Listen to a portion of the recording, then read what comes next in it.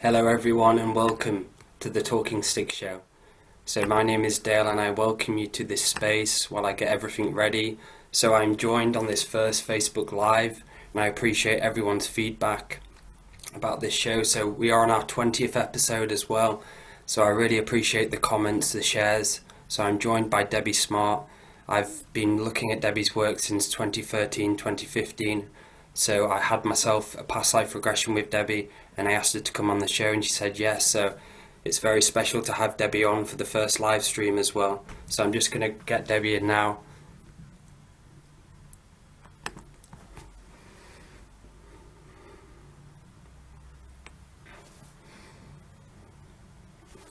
Oh, she's away from the... So just hello everyone, hello those on Facebook as well. This is the first time we are live, so this is exciting. Hope you're all okay, hope you're all relaxed and ready to listen, to learn, to understand spirituality and the many forms we take in this on this spiritual path. So just having a few moments till Debbie joins us. I've tried to put it to YouTube Live, but I think you have to have another program to do that, so hopefully in the future it will be on YouTube Live as well. I'll be posting it on YouTube at some point this evening as well.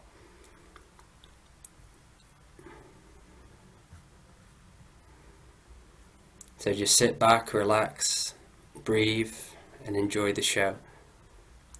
There we go. Hello, hello. So we are connecting to the audio, so just make sure we have got some more. So it's just connecting, just 1 second. Let's hold on, so it's some reason it's connecting to the audio. So just bear with me everyone while we sort this out. So,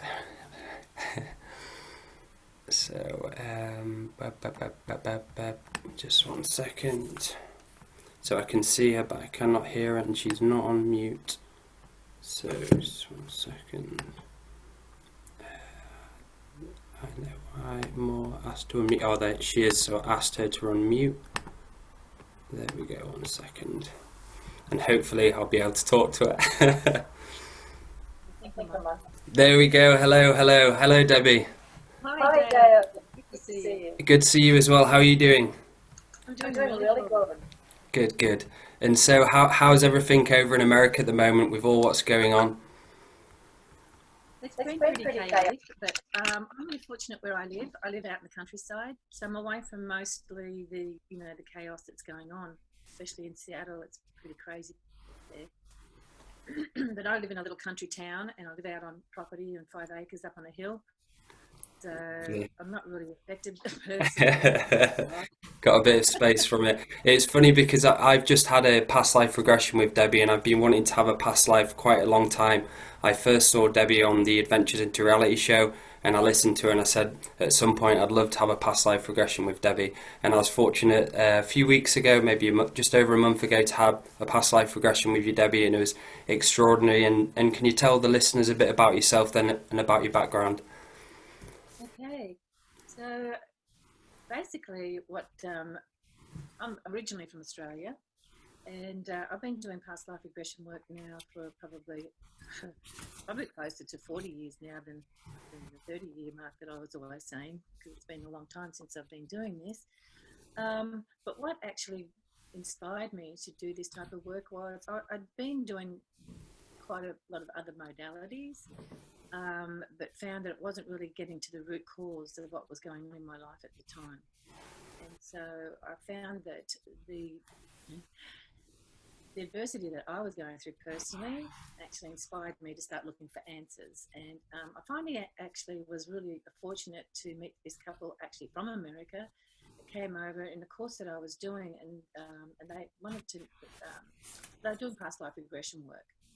And they needed someone to take appointments and stuff for them, and so I volunteered, and so they offered me a couple of regressions, and my life just changed. It was absolutely like 160-degree change in my life. And the diversity that was happening, and after I, went through the past life regression and saw the things that were going on in my life now was a carryover from a past life that I had unfinished business with. And once I got the wisdom from that, it all rolled up, was gone, and my timeline went like this. And I had a completely different lifestyle after that. And so what was the changes you were going through then? So the change, what past life regression, what did it open up for you as a spiritual person? Okay, so what it was at the time I was going through some major issues I was married at the time, and I was going through some major issues with my husband, and then we finally divorced, and for 7 years after the divorce there was still chaos and drama, and I totally felt the victim. I had discovered that he'd been sleeping around on me for most of our married life, and absolutely devastated me at the time, and yet he was the one angry because I wouldn't put up with it. So it's quite an interesting thing. But anyway, when I had this past life regression, I went back into the 1800s in Georgia, which surprised me because, living in Australia, and all of a sudden seeing myself in a past life in Georgia in the 1800s as a black slave. And I was working on a cotton field and being treated something terrible. And I was 18 years old in that part of past life regression. Oh, my cat's going crazy in here at the moment, sorry. And anyway, I realised that I didn't want to put up with that treatment, so I was going to do a runner. So I ran, and I got chased. I looked behind me, and I could see these guys chasing me with these rifles and everything. And next minute, I get shot, and I see my body fall, and I'm still standing there, and I'm thinking, great, you never really got me. But what I saw them do to my mother, who was also a black slave at the time, they beat her to death because of me trying to run away. So witnessing that, I left that lifetime very angry, and I found out that my soul contract for that lifetime, and my soul purpose, was to learn forgiveness. So then in that past life, you get to look at who the players are in that past life, where they are in your life in this lifetime. And all of a sudden I realised that I married the master of that cotton plantation that had me killed. In this lifetime, I was like, oh, I'm married. And he did all the unforgivable stuff that I felt was unforgivable. And I realised that I had come into this lifetime to play this out with him in order to learn forgiveness. And to learn a virtue, it's not an easy thing when it's something that you feel is unforgivable, but when you're in this regression work, if you can forgive and realise and get the wisdom from it, it rolls up and it's gone. And after that past life regression, I had no more triggers, no more issues with my ex-husband. Everything just went back into balance. And when he came round to see the kids or whatever, there was no triggers, there was no fighting, there was nothing. And all of a sudden I realised, wow, this is really powerful. It changed my life that much, and it put me on a spiritual path. And so I thought, this is what I want to do for my family. I want to do this for my friends. And before I knew it, I was doing workshops and having clients. So yeah, it really progressed over the years. And going on to that, that's the forgiveness process is a big part of my life and me moving forward. For me, there was so much unresolved stuff because I didn't forgive myself or I didn't forgive other people. And I found myself doing a meditation, and I deeply went into forgiveness work, and there was so many different layers and so many different thoughts about someone which was still there, not resolved, still in the DNA memory. So why is forgiveness so important, Debbie? And it's such a big thing because a lot of clients come to see me, and in the field is so much unresolved unforgiveness, and it's acting as rage or it's acting as an illness, so on and so forth. It's a major thing, actually, forgiveness, and it's one of the hardest things to do, especially if you feel that you're the victim or whatever. But when you realise that we're here to evolve and to learn from all of our experiences, and we can learn to let go of all the anger and realise, okay, what is this showing me? What have I not done? What's unfinished in my life, and what's it reflecting to me? And the biggest thing is you have to learn to forgive yourself, for the crazy shit. There were strange things we've done when we were younger. I was doing it and I was looking back into it and I was like, wow, I really held that over myself and really didn't forgive myself for going through that. Yeah, and then when you're looking at it from a more of a spiritual perspective and realizing that, you know, we choose these, and we're not a victim, we're actually just a player in getting the experience and getting the wisdom.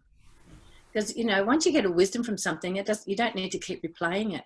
But if you don't get the wisdom from it, it keeps coming back and hitting you in the face, you know, until you finally say, I've got to stop and look at this. It's just crazy in my life. Yeah, and I had a big realization with addiction. I was going through a process where I was not taking drugs for a while, then I was going back to doing it, and I kept going into this cycle each year. And I looked around, I'm like, I'm just falling into this repeated pattern of karma over and over again, until I figured it out and had to kind of break free in so sense.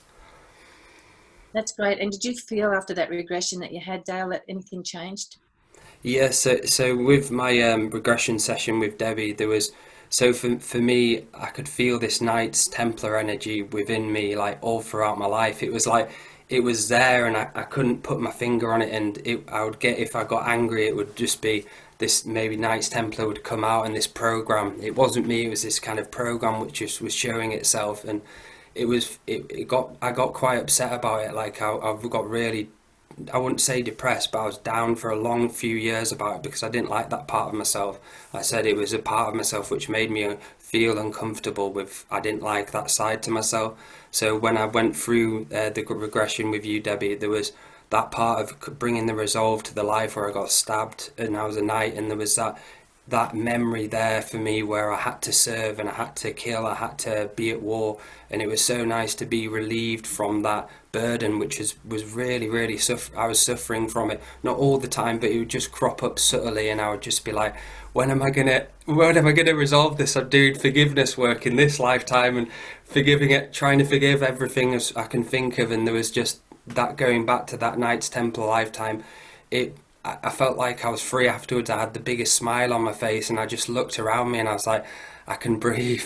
Like, even though it was just a metaphorical term, it was a deep sense of peace for myself, and I'm feeling much more grounded as well from doing that process. Oh, that's wonderful, Dale. I was wondering how that was going for you. And yeah, I just find that, you know, we can do forgiveness programs, but at a real deep soul level, when there's something that's carrying over, you know, it's not that easy to release it out of the body. But the process with the past life regression is very, very powerful. And when you do that forgiveness in that state, it really works and it really releases. Yeah. Beautiful. So for those who are watching who aren't aware of past life regression, what past life regression is, can you just explain a little bit about what the kind of the blueprint is of the past life Okay. regression? Right. So basically, I just take people into a nice, deep, relaxed state. A lot of people think hypnosis is you go unconscious, but the thing is, the process that I do, you're very still aware.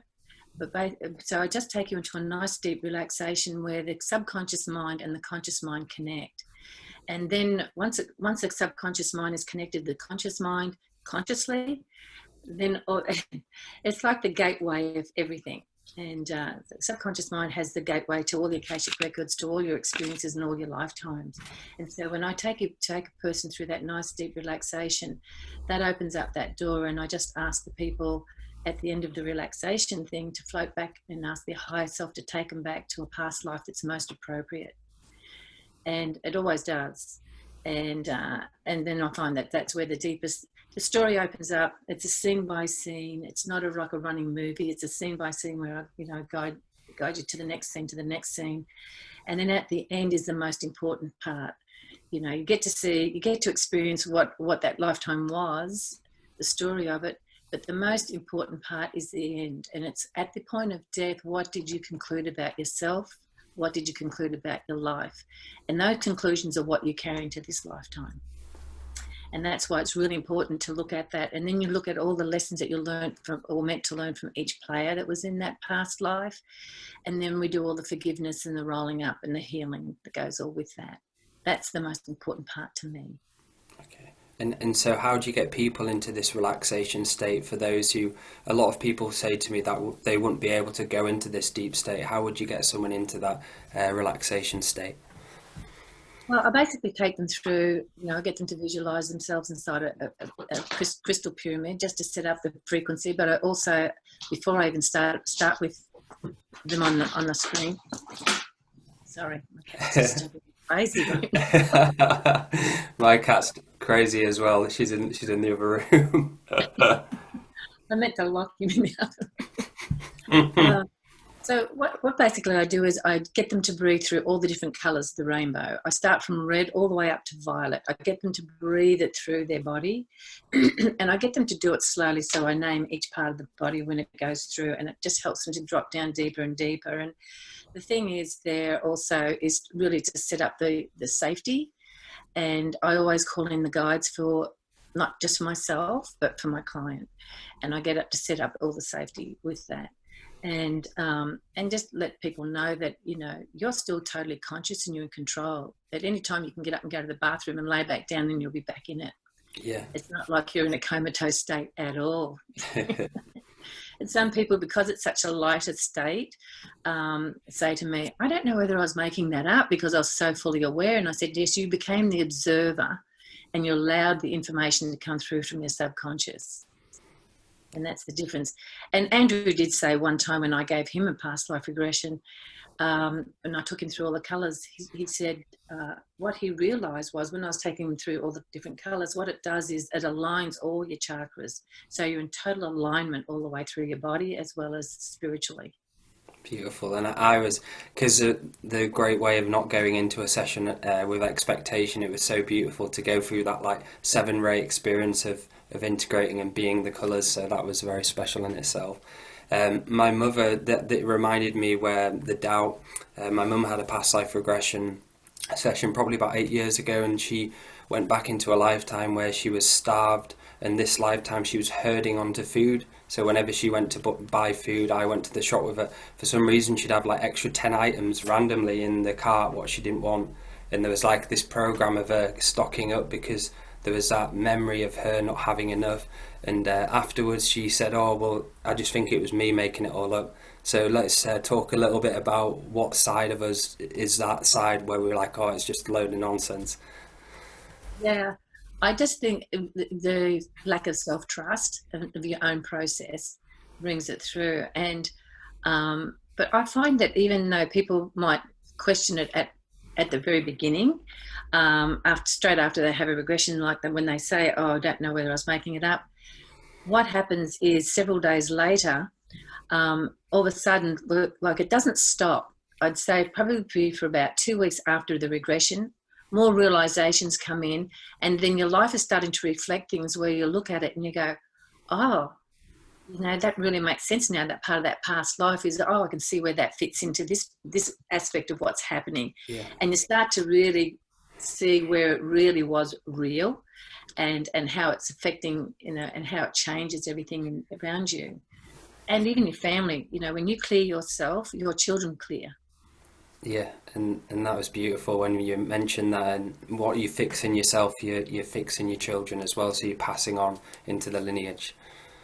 Yeah, I always wondered what it meant, when I was younger.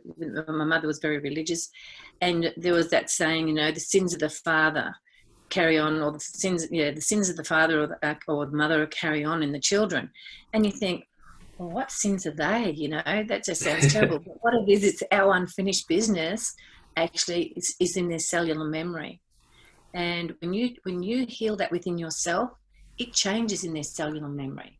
And every time I healed an aspect of myself in the past, and my children were young at the time when I first started doing past life regression work, the more I healed myself, I saw it reflecting in my children, and I saw them change, and I was like, wow, so it just doesn't stop with me. It's a generational thing.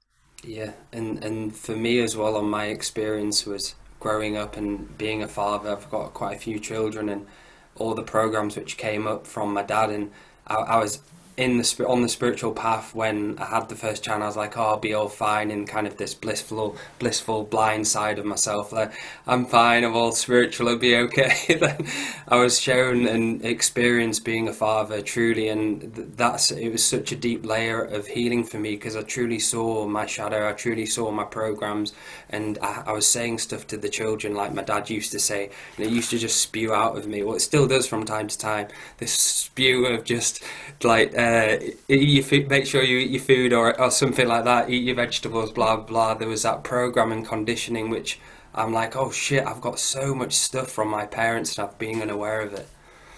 Yeah, it really is amazing, and the same thing here.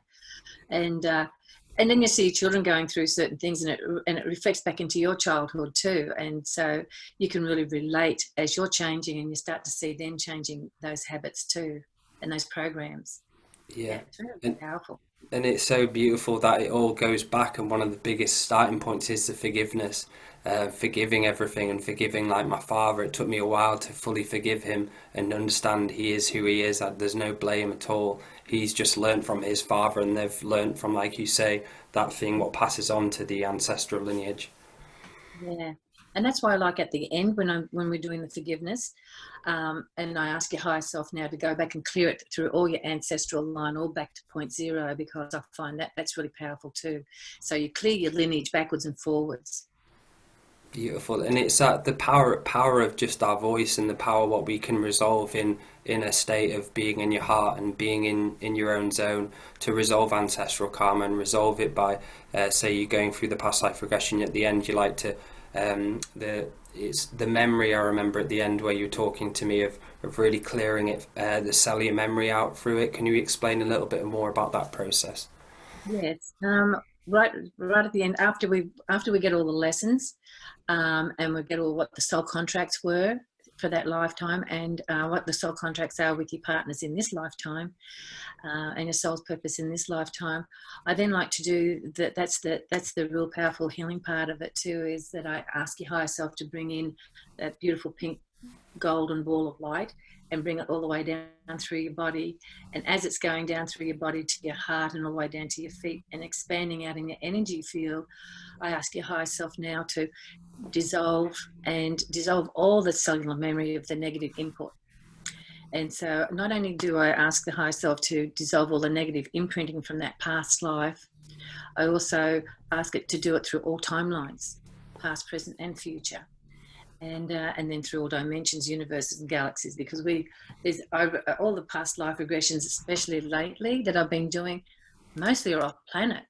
People are going back now to lifetimes when they've been on other planets, and they've been alchemists, and they've blown up planets by, and so their karmic thing, they're still carrying some of that blame and the guilt that goes with all of that. So it's really important to go through and have it all completely dissolved, not only out of the cellular memory, but out of the bones. The matrix in the bones also hold all memory as well. So I ask it, to clear it through the bones, blood, and tissue. And that's where the release, everybody just feels that energy. It's very, very powerful at that point, because your higher self is really, really working big time at that point. So it clears it through all your cells, all your energy field, through all your timelines. And that's what shifts a lot too. Beautiful. And so how long have you been doing it for then, Debbie? Did you say, I read on your the website, was it 30 years you've been doing the practice? Yeah, well, I've been actually, like when I wrote that down, and I did it for about 30 years. I'm looking at closer probably to 38 years now. Yeah, that I've been doing. And going over what you've seen, what's kind of like a bit of an overview of what you've seen, is what have you learned from doing it for so long? Because this is one of the reasons why I was so excited to have you on, is because of your experience, and you've done it for a long time, and it's so nice to be able to hear the wisdom in your voice, because it's a knowingness and it's a memory of what you're talking. Right. Also, with all the ones that I've been doing, I just find it clears myself as well on other levels. You can feel every time you're healing somebody else, I always find that, I feel the healing going on within myself as well. So it lifts up more layers. But the interesting thing is, like, there's different reasons why people come. There's some of them have got like PTSD, and from different causes, and not just military. but things that have happened to them in their life, and so when they do a past life regression and they get to see where that originated from, they get to be able to forgive themselves and be able to heal it and ask the higher self and the guides to come through and help clear that, and it changes their life. And there was one in particular where it was a really bad one, and the situation was, I got a phone call from a guy who knew of my work, and he wanted to know whether I'd be able to help his wife who had PTSD badly, and she'd been crying for like 2 weeks. And there was a situation. What happened was a 13-year-old child jumped off a bridge and landed on her car, and she was driving 60 miles an hour, and bounced off her car, and she ran over her, and she was killed. And she felt guilt and remorse, and she just couldn't handle it. So I said, well, let's try it. I mean, I wasn't too sure what was going to show up for that one, but what showed up was it was a soul contract that this child had with her soul to be there at that time. And because what happened at the end of it, as that was coming through the past life regression, the contract was that particular child, that her soul, we had to call that soul into the room, and we did, and had to help her cross over.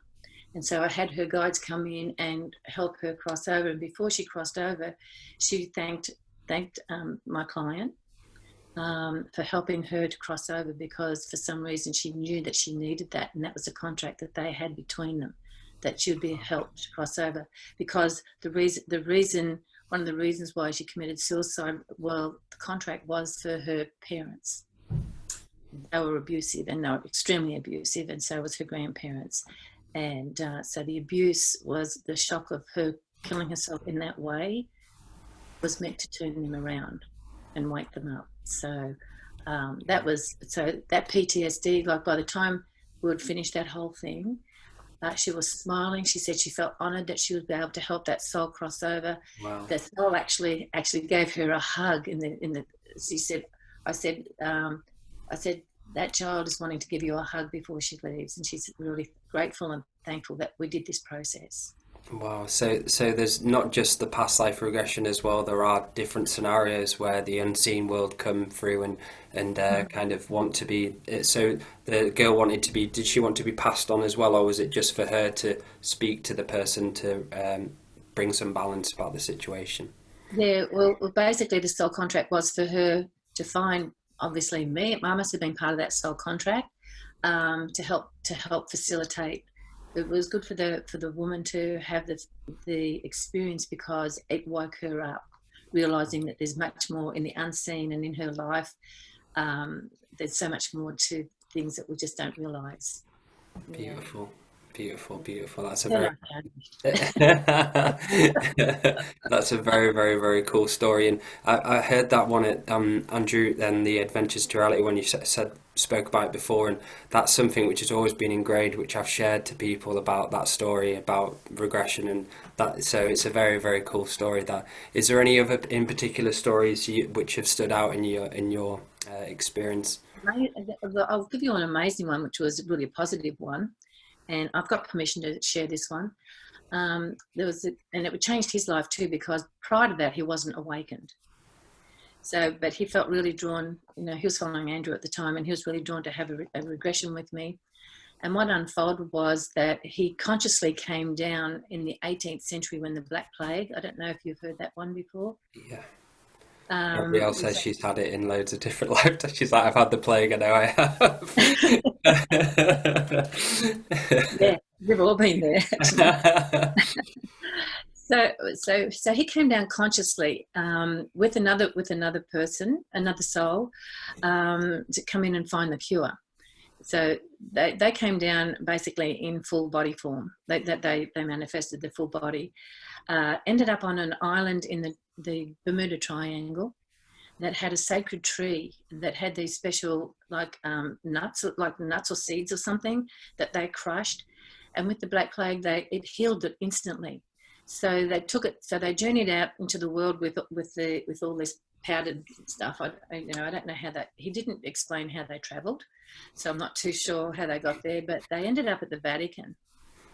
A nice place to end up. Yeah, isn't it? And thought that if they took it to the Pope and took it to the Vatican, that they would make sure that they could get this out to all the people who were dying in the streets and all that sort of thing.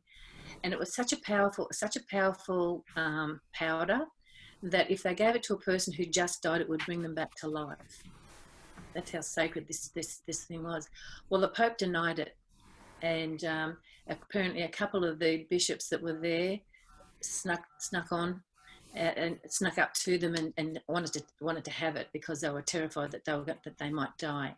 So they knew that their life, all of a sudden, they had to get out of there because they were warned that they were going to be killed. So they found their way back to the island. They crushed up a whole lot more of the powder and powdered it and put it into time capsules and made sure that it went out to different countries. Wow. I don't know how they did it. He didn't give me all the details, but they put time capsules into the different countries. And what was the most amazing part to me was they called the whales, and a huge whale came. You know, they were at the ocean. They called the whales in. There was one whale that opened up the portal and took them back. Wow. And then that was the first time I realised that whales are multidimensional. They can travel through dimensions. Wow. That's wow. That's the best way to describe that is wow. Yeah, so, that blew my mind, and it changed his life because when he had that experience, he realised he was more than what he just thought he was, and now he can read the Akashic records himself. He's on a really big spiritual journey. Beautiful. And so looking into anger as well, there's a lot of people have a lot of anger issues. Where in the past life regression, where do you sometimes you go to resolve those? What are some of the subtle programs coming from the past life about anger? Burning at the stake. I know for myself, there was a lot. I had a lot of neck problems. Well, I did. And went back to a past life myself because I like to clear my issues as well. So I have a friend that we exchange. And I went back to a past life in France where I had my head chopped off. I went in Japan. I had had a head chopped off with a sword. So many lifetimes I had where I had my head chopped off for some crazy reason. And so I had a lot of neck problems in this lifetime. I had whiplash really bad. And then from there, for years, I was going to chiropractors and stuff like that until I had that past life regression and then realized that that's where I was carrying the weakness in the cells. There's a lot of anger from feeling abused in a past life. I've had a lot of people who've gone back to Nazi Germany in the concentration camps and stuff like that, only to take them back to a past life where they've been the abuser, like maybe in the Roman times and witch hunting times and things like that, where they've been the abuser and been behind other people being killed. So I find a lot of that is karmic. But it's not until they go back and see where they've created all this anger that they've carried it through into this one, where they can learn to forgive themselves and realize it was just an experience that they chose to, experience both sides. Because this planet is a polarity planet. And so, we see the good and the bad, or we label it good and bad. I label it now as experience. What do you learn from it and where can you bring it into balance? Yeah, because there's so many victim mentalities of them going through all these things in this lifetime, and a lot of people don't realize that they've been the abusers, myself as well, in a different lifetime. And I've not just been the abused and everything's happened to me. I've had the experience of being, I'd say, if you want to say, they're not the best person ever, and I've abused people, and that's just part of the process which we have on the Earth Mother at the moment, the reincarnation cycle. Yeah, it's really quite an interesting thing. I've had people with fear of heights, where they've been pushed, been in battle and been pushed over the hill, over the mountain, been run off on a horse. There was one guy that a friend of mine called me, and her brother had a massive fear of heights, and it was getting worse. As he was getting older, it got worse and worse, and it was getting to the point where he didn't even want to go out. How people just get stay in their house type Yeah. of thing. Hermits. So she talked him into coming to me and having a regression, and he was in a battle in Scotland, battling on the side of a hill on a very narrow path right on the edge of this thing, and his whole army, actually his whole group that were fighting, another big group of horsemen came in and were just pushing them back to where they all fell off to their death. So there's different scenarios that create, that you experience in lifetimes that create certain fears that you just don't know where it's coming from. Yeah. Until you go back and see it. There was it just reminded me of when I was younger. There's a video of me going to a place called Midland in the Yorkshire Dales, and I used to be so scared of heights. And there's a castle, and the stairs go like a really windy stairs going really, really high up right to the top. And I was screaming at the bottom. My parents were trying to get me to come up, and I was like, "Don't take me up there. I'm not going up there." And I was literally crying and screaming at the bottom of the castle, wanting to get out. And that kind of, it just felt like a lot of past life was coming through then. And bridges, heights, I've been terrified of them. And I had one past life regression done probably about 8 years ago, and I was like an old man with really long hair, looked about 78 years old, and I got thrown off a bridge. Everyone was just watching me, and I was just there on my own, and the guy just threw me onto the bridge. So when I walked over viaducts and bridges, I'm like, it's still a little bit. That's maybe something we need to go into this.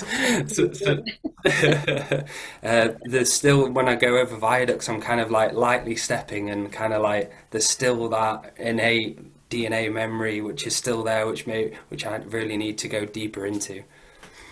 Because the thing is that you might have the memory, it triggers off the memory, but when the fetus, when the cell comes into the fetus in the womb, it impregnates into the cells all of its memories, positive and negative, right? And so it's in your cellular memory. So that's where the golden and pink ball of energy, when you come through and get that to dissolve it out of the cellular memory, because all of our cells have a consciousness. It's just really amazing when you break it all down. And so you think you think you're just this one body, but you have a mental body, you have a physical body, you have an emotional body, and then you have your spiritual body, as well as all your cellular memory, inclusive. And in that cellular memory is also your genetic memories, from the ancestral lineage too. So sometimes you think, what's mine and what's theirs? Yeah. But you're still carrying, like they say, the sins of the father. You're carrying all those memories too. So sometimes that comes up in your regression as well to clear. Yeah, there was a big karmic in my lineage. Basically, my great granddad used to own, so outside of Harrogate, this town in Yorkshire, he used to own acres and acres of woodland. I actually camp out there now. It's owned by the council, and he used to be one of the wealthiest guys around the area, and he was not a very nice person. He was doing quite a few not so nice things, and he ended up dying of killing himself because he was in that much debt. So there was that. When I looked and went into that story, I went to visit the area where he's buried now. He's buried in like a council area of the woodland, and you can see his gun dogs are buried with him as well. So it's beautiful to go back and he's buried in the woods. But there was all that karmic stuff which I had to deal with when I came onto my spiritual journey of stuff passed down, and I was kind of like everything was passed down to me, and there was some karmic stuff going on. Right. Yeah, it does. That's the way it happens. And so once we understand that, we know that there's tools there that we can clear it. That's the amazing thing. And that's what I feel really drawn, or actually driven, to put myself out there and do that for people, because I know how powerful it is. And especially in these end times that we're in at the moment, crazy times. But they're really good, because how many years have people been on their spiritual journey and just saying, we need change. Well, change doesn't always come in a peaceful way. Comes in the virus. What Andrew talked about as a virus which keeps on giving, which is a great way to look at it. Yeah, it really is. And so so all the chaos that's happening around us is it's all on divine. I think it's all divine. And so the major thing is that we can work on ourselves, and because of this, what's happening, it's pressing up and bringing up everything. This is the time I call is the major clearing time. and things are now bubbling to the surface. It can't be hidden. This is a time where everything is going to be made known. The truth has to come out regardless, and it's coming out. We're seeing the politicians, all the corruption coming up. It's blatant in your face, you know, especially over here. There's like you can see in the democratic cities like California, New York, Seattle, and Oregon, that all democratically run, how they're letting all the lawlessness and everything. And so you can see what their agenda is. Yeah. And, you know, I don't take sides politically, but I can see where the corruption and the agenda to destroy and control and take over and everything, it's almost what I call the last waltz of the tyrants. Yeah. Right. This is their last battle type of thing. We're gonna destroy as much as we can, because if we can't win, we're gonna destroy. You know, we're gonna go down with the sinking ship. The screaming my kids when they just smash something because they're like, right, I don't know what else to do. I'll just grab something and throw it on the floor. Yeah, it's just like that, you know. And so what we've got to do is hold ourselves steadfast. And the only changes that we can make are within ourselves, and as a consciousness, as a collective. If we all can start clearing and raising the frequency, we bring about the shift, a more positive consciousness, collective. And that's really starting to happen, and it's starting to become very, you know, obvious. Yeah, and like in here, London's a big. Loads of them are doing protests in London at the moment. I think David Icke was one of the organisers doing in London. There's thousands. I think it was like 10,000 people were there a few days ago. With all the restrictions and laws, like you have to social distancing, and there's 10,000 people. So for me, it's funny, Debbie, because I'm feeling like there's a lot of past life stuff, like even on Facebook and stuff. There's that level of like you say, doing the inner work, which is vitally important to change the planet, and the separation between being the patriot and being the kind of like aggressive side of yourself, which comes out to make the change. What would you recommend for people dealing with it and finding aggression because of the system, what it's doing?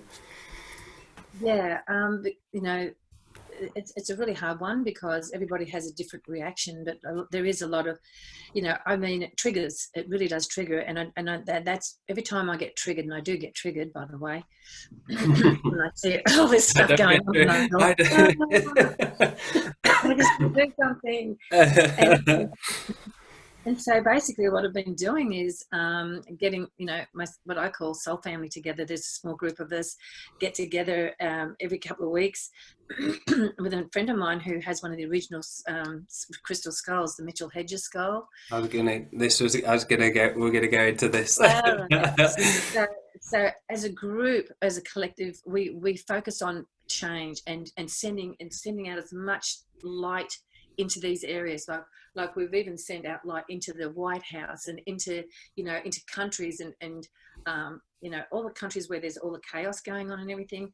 Each week, each time that we get together, we pick about 4 different countries that we all focus and send our love and our light, and to sort of try and clear the anger and the frustration as a collective, and see what we can do to help shift as a collective consciousness. And I know there's groups getting together focusing on peace, and it's interesting to see that just recently, I think Trump got a treaty between Israel and the Middle East, and it's just, you know, we'll see how far that goes, but at least there's efforts being made now for peace, because there's so many people focusing on peace and harmony and love, and I think that's at the end of the day, that's going to make the shift.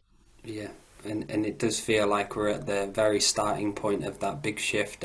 Coronavirus for me is it was funny, because at the start of the virus I was a bit of a hermit, and I was like, right, I need to start going out and being with people. First week I did that, I had to go straight back in and be the hermit again for another 4 months or 3 months. So for me it was a big change, and those people who've reached out, who are going through such, I'd say, sadness, but they're understanding the control, because you've got time out to actually figure out, oh, hang on a minute, this is what it feels like to reserve my energy. This is what it feels like for not being a slave. So there's so many people waking up, more people waking up now, because they've had a little time out from the system. And from my perspective of the virus, I do believe that it's a positive thing sent here to do great karmic work, and that's what one of the things it's here to do, is for a lot of people to have that time out space where they can realize, am I really doing what I want to do? Am I living my own dream? Am I actually doing, I'm here living as a person? Am I happy? Yes, it really makes you go within. And the great thing about that is that when people start looking at their lives and where they've taken themselves and what's happening in their life, because you've got a lot of time to reflect, because you're not out there constantly doing stuff. So this is the time where I'm finding people are starting to look for answers, and this is why I really feel that especially right now in this time period, that my work is really extremely important for people to get the clearing, so that they can actually move to the next level and get clear of their own stuff. And as people are clearing their own stuff, it's opening up the more the collective is clearing, and the frequency on this planet is going to rise, and this dark stuff just can't exist in it. So I encourage people to do as much healing work on themselves, or find people in their own areas or whatever that they're drawn to look for healing and some guidance, and to get themselves back on their own path. Beautiful. And so for the end part, before we say goodbye, let's talk about the crystal skulls. I was looking forward to speaking about this with you. So for all of those who are unaware, of just a little explanation of what the crystal skulls are, and the 13 crystal skulls, so on and so forth. Right. It's interesting because, my journey started quite a few years ago, and I was never into crystal skulls. And I think you might have heard me talk about my experience with how I came across and became a crystal skull keeper as well. and actually bought that one that I was asked to bring to the birthing stone in England, there at Menentos, and Menental. And but anyway, since then, nothing happens by accident. And I got to meet Bill Homan, who's the keeper of the 13th crystal skull, and that's the Mitchell Hedges skull, and the most powerful skull I feel that I've come across. I've come across several of them, and I think one or two of them have been compromised by the military, because when they hand them into the Smithsonian to get them tested to see whether they're actually from this planet, and whether they're man-made or they're not, a couple of them had been handed over to the military for experiments. Okay. Because they carry codes. They carry the codes, and they're holding a frequency on this planet. They haven't found a whole 13 of them. I think there's only 5 that have been discovered. The Mitchell Hedges one was found in an ancient Mayan temple in Belize. I believe it was Belize, and Bill was, he tells his whole story about, Mitchell Hedges. He went there, I think, I can't remember what years. Like early 1900s or something like that, 1930s, something like that. He went there with an expedition. He was looking for a particular Mayan temple, what I think it's called the White Road. The Sacred White Road, and they went down through the Amazon in little kayaks with the whole crew of natives and whatever, with food and whatever that is. Anyway, they hit some really bad rapids in this one spot, and they got grounded, and they had to so then they had to trek through, and they actually found the White Road, and it led them to this Mayan temple. But they didn't know it was a Mayan temple at the time. They just saw a bit of a mound, that there was like jungle all over it and whatever, but this is where they were drawn to.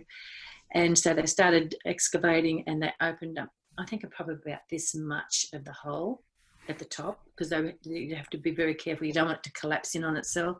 So they, working at it very, very slowly. And apparently, though, Mitchell Hedges was sitting around the campfire with some of the other archaeologists and the natives, and he had his young daughter, and there were some native children there as well. And all of a sudden, they heard the kids all yelling and screaming and carrying on, and all excited. And so they look up, and where the kids were, they were hanging around the top of that mound that was open, and they were like, "Look, look, look!" And there was this huge shaft of light coming out of the hole up into the sky, because it was going on later in late. It was just going on dusk, so they could see this light thing, but I think there was still a bit of sun out, and they thought, "Where's that light? What's down there?" So the hole wasn't big enough for any of the guys to go down, so they lowered Anna down, who's the daughter. She was very tiny at that time, and they put a rope around her and lowered her down. And when they pulled her up out of this temple, mind you, I'm just amazed that they lowered a child down into something that was unknown. But she came back up carrying the crystal skull in her arms. And what happened was that the sun must have hit that hole at a certain angle that reflected the light. It was meant to be found, obviously. Wow. That particular crystal skull, the Mitchell Hedges crystal skull, has such a love frequency coming from it. It's extremely powerful. The first time I ever come in contact with that skull, it was on show in Tacoma, and I took my daughter there as well. And we both, all of a sudden, as he walked through the room with the skull, all of a sudden you could feel this heat, and your heart just goes whoosh. We're like, what is that? And then we realized it was the skull. And anyway, we had a past life. Obviously a past life with Bill, my daughter and myself, and she's in her 40s. And anyway, we started talking to him at the end, and we met up with him another time when he came, and we had this major connection. And he just said that he would like to work with us and my group, doing meditations and everything to make change. And he does that with several groups. We just recently met up with him in Mount Shasta to do some healing work there. He's working with different groups and going to different sacred places with the crystal skull, because the codes that it carries activates those areas as well. And very, very powerful. And that's incredible, that story. And that I saw the YouTube video of it, and it opens up, doesn't it, as well? Like the door, it has a separate door, and they found that later when they went down. Yeah. My daughter brought that up the first time. So Mitchell Hedges lived in England most of it. He took the skull over to England for the longest time. And his daughter Sammy, well, her name was Anna, but they called her Sammy. She had this. She was the keeper of the skull for the longest time. And Bill was very, very good friends. And he went on a lot of excavations with Mitchell Hedges and with Sammy.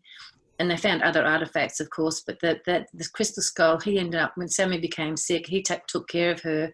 She ended up coming over to America with the skull, and he has all of the Mitchell Hedges, all his writings and everything, and all the books that he's written, and so he became the keeper of it. And we've gone and done work on Lake Michigan with the what's it called, the Blackfoot tribe.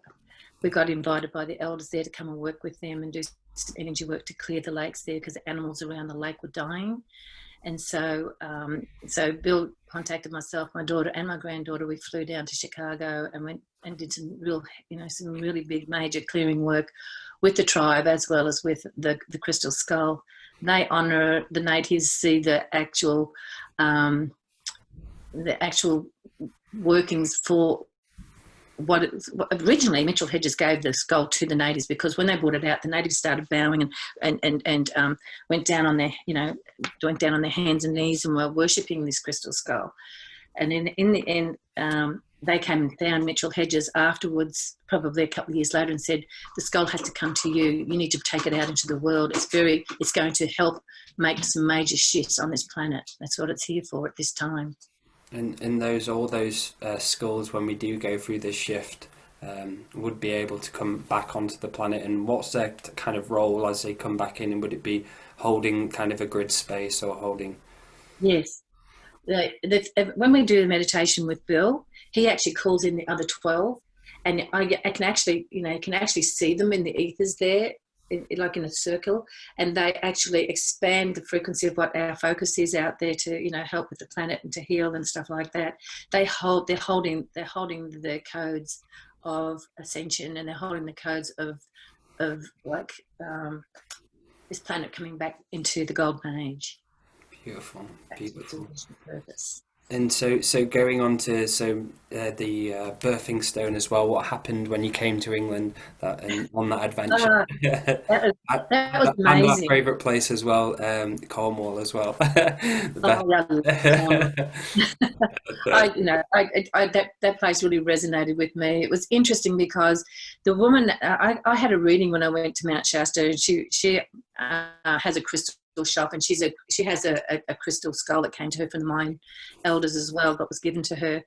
And she said to me that she was doing a reading on me, and she said to me, "Oh, I pick up England in your bands, in your aura." And I said, yeah, I'm going there in 2 weeks. And she said, well, I'm meant to go there. She said, but I can't. There's something, I don't know, it's a health problem or something like that. She said, but I was meant to take the crystal skull there to activate the birthing stone that, Crowley actually shut down the divine feminine energies. There was a portal that was holding space there for the divine feminine. And Aleister Crowley actually shut that down. And so she said, I've been told that I'm to take the crystal skull there and reactivate it and reopen it. And she said, so I can't go, but can you do that for me? And I said, well, I don't even know anything about crystal skulls, and I don't even have one. And she said, so she said, well, pick one out here. And she said, and my skull will activate it for that actual activation. So I'm like, okay. Okay. It was part of our tour, the birthing stone, which is really amazing how things happen. Yeah. And anyway, so I've got this, and I've got him here actually. This is the one. It's a little amethyst crystal skull, very, very powerful. Andrew loves it. And what's the nickname you call it again? Sorry. I call it Himshi because I didn't know. Yeah, Himshi. That's it. Right? It's crazy. But so when we get there, and our group, it was a sacred pilgrimage that I was going with on a spiritual group to all the different sacred sites, and we're doing energy work there. But I didn't tell anybody. I just felt that I really needed to hold that whole experience sacred. I didn't want ego to get involved or anything with it. So basically I never told anybody that what I was going to do with the crystal skull at the birthing stone. So when we get to the birthing stone, first thing I do is I put Himshi on the birthing stone. And then everybody's just started forming a circle. Normally when we go to the sacred sites, everybody goes and they just do their own little thing and they touch different rocks and whatever and go into the zone. But just without a word, everybody just went into this circle. And I created a circle. Everybody started putting their crystals and all that sort of stuff on the birthing stone and around the birthing stone, and all their and then someone said, I really feel like we need to do some toning. So we did some toning and a little bit of chanting and everything, and then we decided that we're going to one by one go through and it's only a small hole. I don't know if you've seen it, right?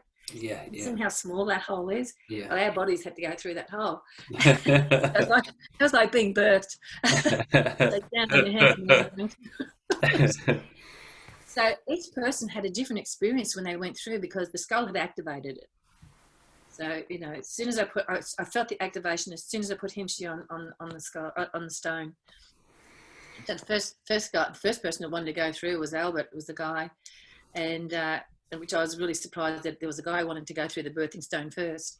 But he wanted to he told me later he wanted to bring into alignment his male and female aspects, bring them into balance. Yeah. So anyway, he went through, and when he went through, he was crying. He got a real emotional release. Some people, when they went through, they just started laughing and had this other different release. Everybody had something different as they went through.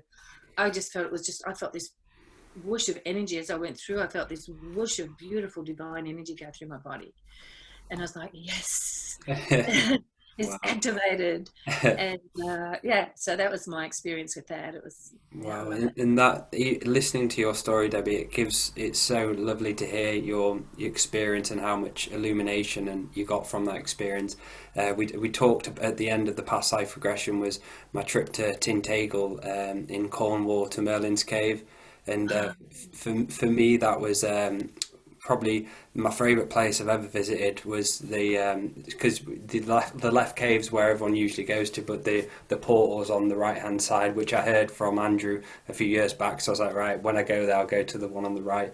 And I went into there. We did a ceremony on the top during the day, and for some reason we were all laughing. Like I was crying of laughter at the top when we did the ceremony. And when we went in on the evening, the stars were out and it was clear sky and you could see all the constellation, the Seven Sisters, all of them were out.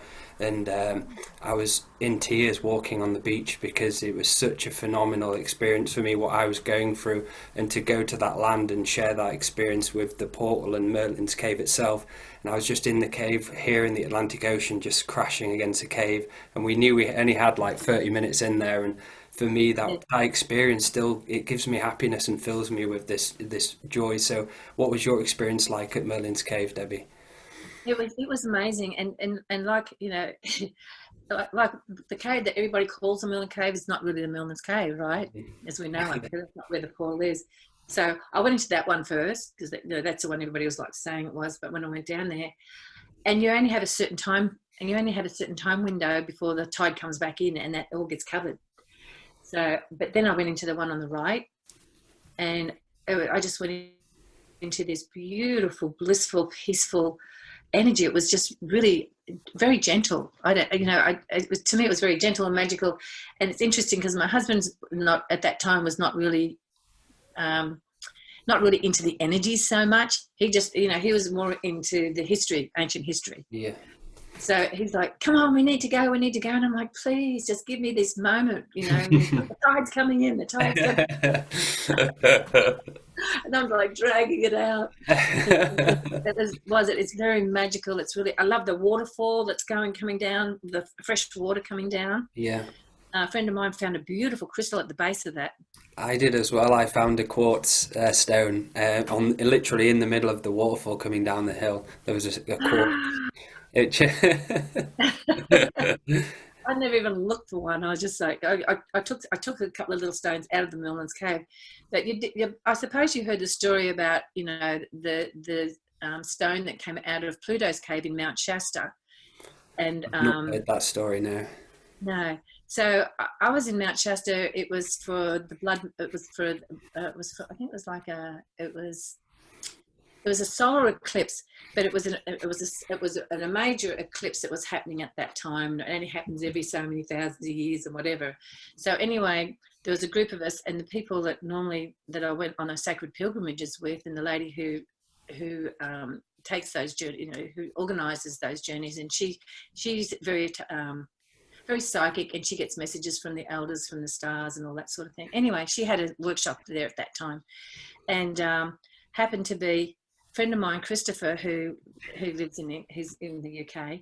He was really drawn to come over for that event, and anyway, what happened was there was a lady there from Africa, and her and a couple of other people went into Pluto's cave to do a ceremony. And she and this one woman got taken into Telos, inside the mountain itself. There's a crystal city within the mountain, and there's these beings in there, and there's one big major blue being in there that was a master that came to her and gave her this stone and said, this needs to go to Merlin's Cave. Oh, that's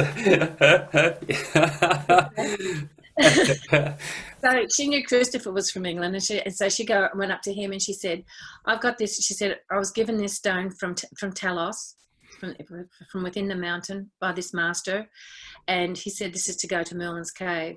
So she gave it to Christopher. So Christopher knew that we were all going over to England, you know, and it was probably about a month after that, and that was around the time I got himshit. Yeah. Right. And that whole thing, because I was going over to England for this sacred journey to go to all these different sacred places. Anyway, so Christopher said, you know, and I knew him really well from previous journeys that he'd been on.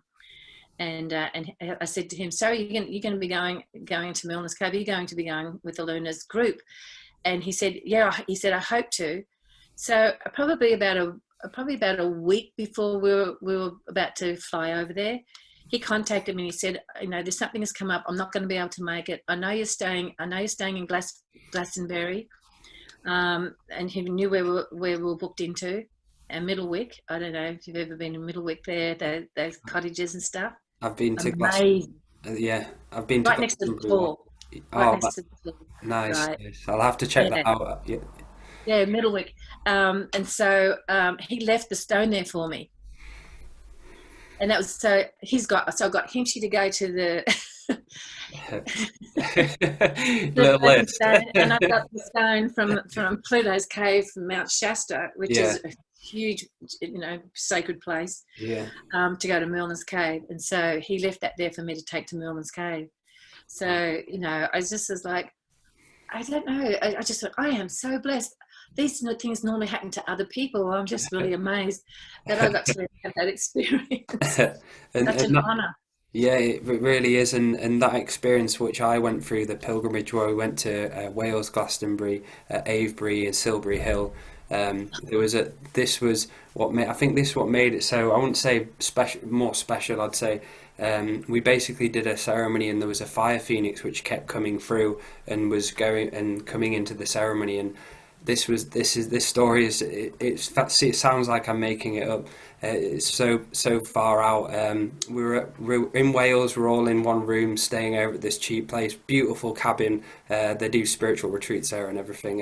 Can't remember the name of it now. But on the evening, my friend's friend Neve sent him a picture of the crop circle which just appeared at Wiltshire, and it was a fire phoenix.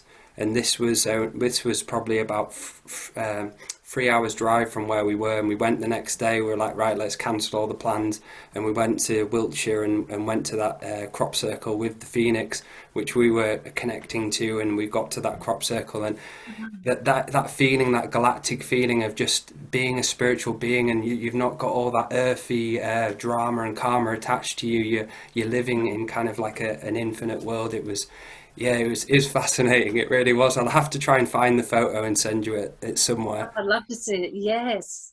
Yeah, we've got to 2 crop circles while we're there too. Oh wow! It was pouring rain. It was muddy. Yeah. Did they have the little station where they pay you have to pay a bit of money? You got to pay, and then we had to climb over a gate in the rain and wind and mud.